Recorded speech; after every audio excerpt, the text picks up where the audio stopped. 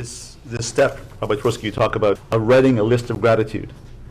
And some people, perhaps clients or individuals, write down that list and they say, yeah, but I need this. If I only had this, I have all these things, yeah, true, these things are good, but if I only had that, then that would be. I've been around long enough to see people who have said that if only I had this, I would be happy. Right? And then I've seen them get it, and they're not any happier than before. Right? Things don't make you happy. And if we're going to constantly look for things, we're going to get into the trap of addiction. A guy wrote me the other day that I read my book on addiction, and he came to the conclusion that he's addicted to happiness. Right? But it ends up as he's addicted to pleasure, not to happiness. Right?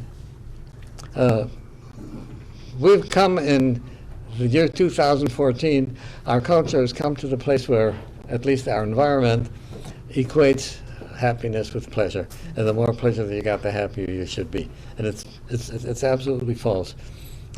Pleasure is a temporary thing, and it doesn't have any lasting value, and there's no end point. You can never be satisfied. I didn't realize when I was 6 years old what my mother was telling me. My mother used to tell me bedtime stories, and there was a bedtime story that I never understood till much later. The story of a poor person who prayed that Hashem should give him riches. And then one day he woke up and at the side of his bed was a purse. So he opened up the purse and there was $1 there. And he took out the dollar and it was replaced by another dollar. So he took out the other dollar and was replaced he kept on taking out dollars, and each time he took out a dollar, another dollar came in its place. 3 days later, they found him dead on a pile of dollars. Right? I didn't realize that when I was 6 years old, she was telling me what addiction is like. It's pursuing an insatiable goal, right? Because there's never enough. You ask any drug addict, right? And how much is enough? There never was enough. Yeah. Somebody said the definition of an alcoholic is a person who sees a sign on a tavern, grand opening, all the booze you want for $1. And he says, give me $2 worth. Right? There is never enough. And it's very clear from Talmud and from the Sifrei Musa that if the goal is pleasure, it's not pursuit of happiness, it's a retreat from happiness, because people who pursue pleasure almost inevitably end up being miserable. One of my Baruch Hashem recovered patients, who's now 20 years free from cocaine, has said to me, the worst day of my recovery is better than the best day of my addiction. Right? But that he can see now. But while you're in the addiction, you're constantly pursuing more. And our culture right now, surrounding us, is bombarding us with pursuit of pleasure. Yeah? Now again, there is nothing wrong with enjoyment, nothing wrong with pleasure. But you can't make pleasure a goal of life and expect to be happy. Okay? So what is happiness? Happiness is becoming the mensch that we're supposed to be. And Rav Shamshon has said it so clearly. Rav Shamshon has believed that if two words in Lashon Kodesh have a similarity, then they somehow are related. And he pointed out that the word sameach, which means happy, and the word tzameach, which means growth, are almost identical. And he says what that tells you is that true happiness is in growth. Right? Now, the idea that happiness is joy, right? The thrill, that's addictive thinking. There's nothing wrong with enjoying a wedding, enjoying a Simchas Torah. Simchas Shal Mitzvah is great. Right? But that is not the true simcha. And the true simcha is very evident from what the Gemara says. When the Gemara says, "Chayav adam lavorach al hara kashem shel lavorach al tova." A person has to thank Hashem for bad things that happen just as well as good things.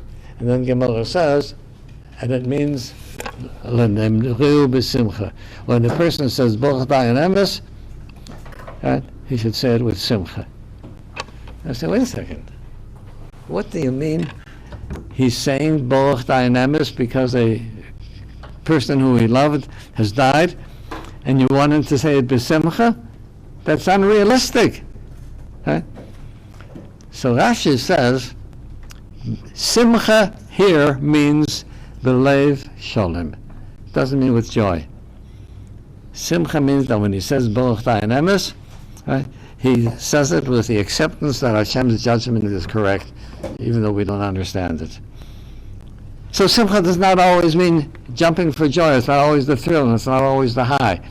That's addictive thinking. Right? Simcha is the acceptance what Hashem does. So what Hashem does is right, even though we don't understand it.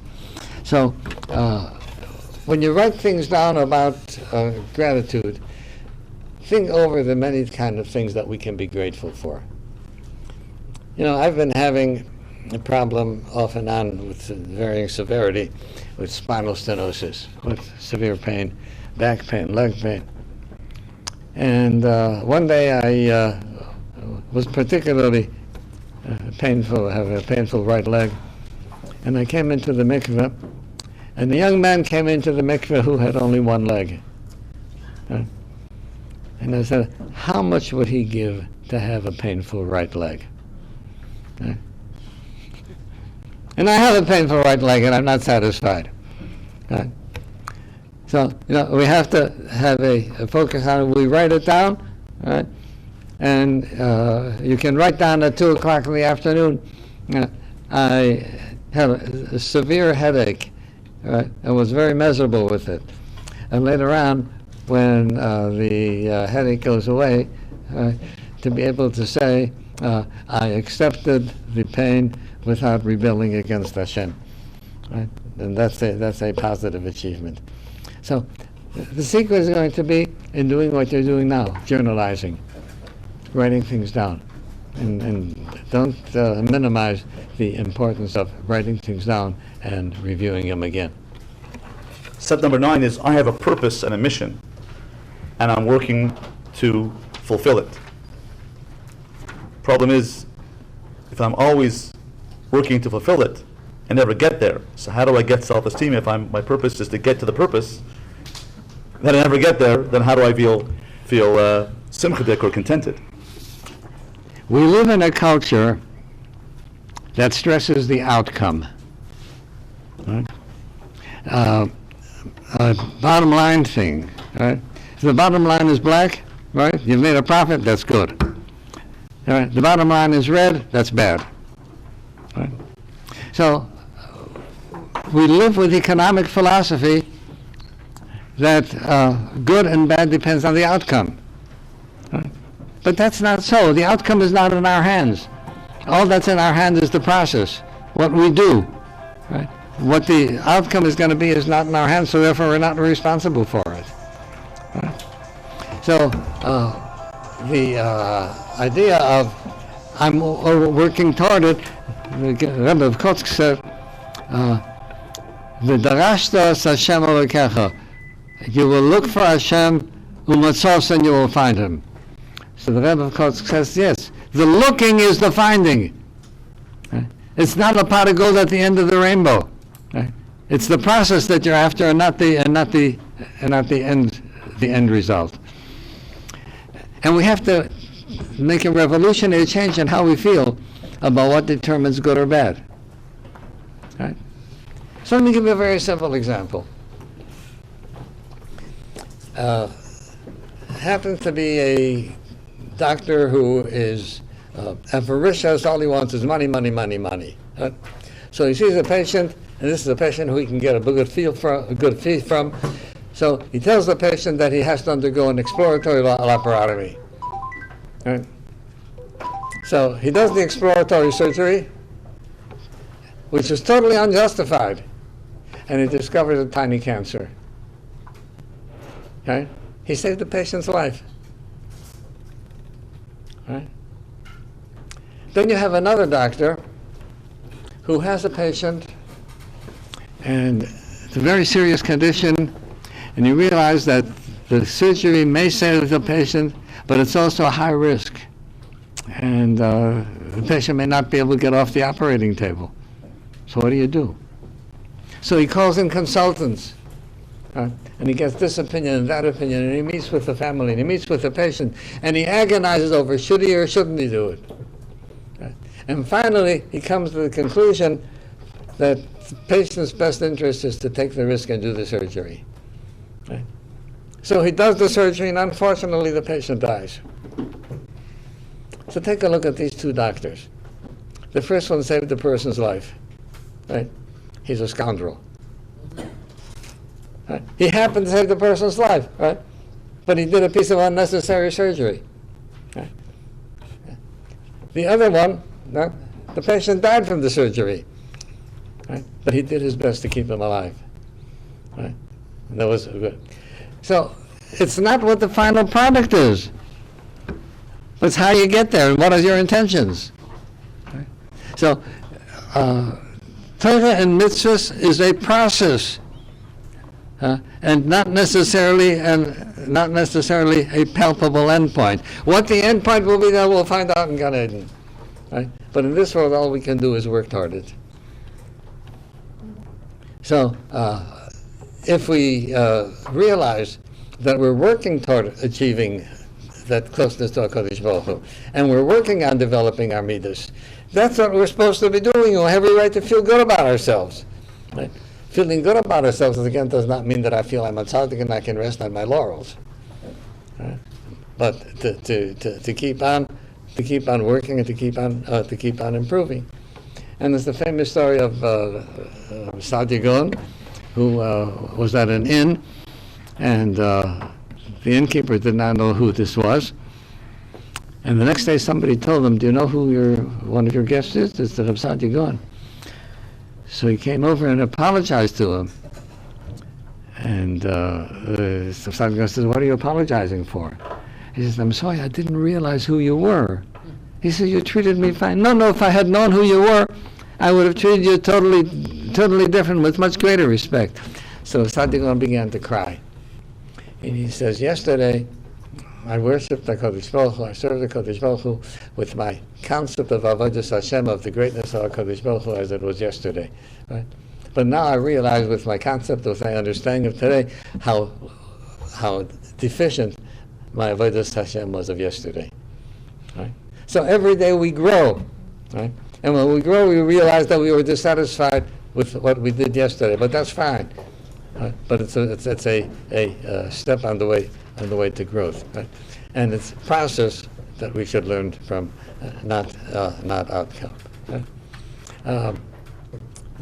The Gemara says that if not the Torah had not been given, we would have to learn things from observance of other creatures. And I've had a couple of instances where I think I've learned something from some animals. I went out on the west coast to a fishery, and you see the salmon. When the salmon, after they're born, they can go downriver into the ocean, right? And then toward the end of their life, they swim up against the tide to go to the place where they were born. They lay their eggs and die. Right? So I watched there because there are some cascades as the salmon swims up. So what happened is that the salmon swims around a little bit and then jumps over the waterfall. Okay? And then it swims around a little bit to restore its energies, and then it jumps over again. Okay? And so you see the salmon going toward where nature tells us that it's supposed to be. Okay? And it never takes two steps at the same time. Okay? And if it fails to make the jump, then it swims around a little bit and tries again. Okay? And I realized what life is all supposed to be about. Now, The salmon has an instinctive goal as to where it's supposed to go. It's not an intelligent goal. Right? We may not have an instinctive goal, but we have a goal in Deus. We have a goal in our knowledge of where we're supposed to go. And we work on getting to the goal. And what we may have to do, we may have to go against the tide to get there. And we may have to suffer all kinds of deprivations and all kinds of stresses to get there. Right? And if we fail to get there, right, we recharge our batteries and we try again. So life is one long process. Right? The end point is not for us to achieve on this world. The end point will be shown to us in Gan Eden. Right? But we have to think of process and not outcome. Do you learn anything, Rabbi Twerski, from cows or lobsters? Yeah, two things I learned from cows and lobsters. If you go to the supermarket, look at the shelf where they sell condensed milk, evaporated milk, condensed milk, and you'll see the Carnation brand, and it advertises milk from contented cows. Right? Now, why are they trying to impress me that their cows are happy? Right? Well, they want me to buy their milk because it's a superior quality. What makes it superior quality? Because it comes from the best cows. What are the best cows? Best cows are contented. Now, if I look for contentment as a goal in my life, then I share a goal in life with a cow. And I've got too much pride for that. My goal in life can't be to look for contentment. So that's what I learned from cows. Cows are contented. I have to have a different goal in life. Right? What I learned from lobsters, came across an article that asks, how can a lobster grow? You know, the lobster is really a soft, mushy animal that lives in a hard shell. And the hard shell does not expand. So how can a lobster grow? So the answer is that as the lobster grows, the hard shell becomes very confining and oppressive. And it feels very bad. It feels crushed. So what the lobster does is it crawls under a rock to protect it from being eaten by predatory fish, and it sheds its shell, and it grows a new shell. And the new shell is more expansive, more spacious, more comfortable. But then it continues to grow, and then the new shell becomes very confining and oppressive. So what does the lobster do? Goes back under the rocks, throws off this shell, and produces another one. And that continues until the lobster reaches its maximum growth. What is the signal that enables the lobster to grow? Discomfort. Right? Now, if the lobster would have access to a doctor who could give him a tranquilizer or a pain pill, the lobster would never grow. Because as soon as it would feel discomfort, right, it'll take a Percocet, and right? And it'll feel fine, and it'll die in its small shell. So discomfort is, with the lobster, is the stimulus for growth. And we have to realize that, yes, there are some kinds of pains for which we need relief. There's physical pains for which we need relief. There's emotional pains which we need relief. But not every discomfort requires a chemical relief. Discomfort for us, we have to look at it and say, maybe the discomfort is because I am not working toward what I should be. I am not yet what I should be. Right? And take a look at how are we with our doing our mitzvahs, right? How are we with the study of Torah? How are we with our chesed? Are we doing all we could? And if not, can we do better?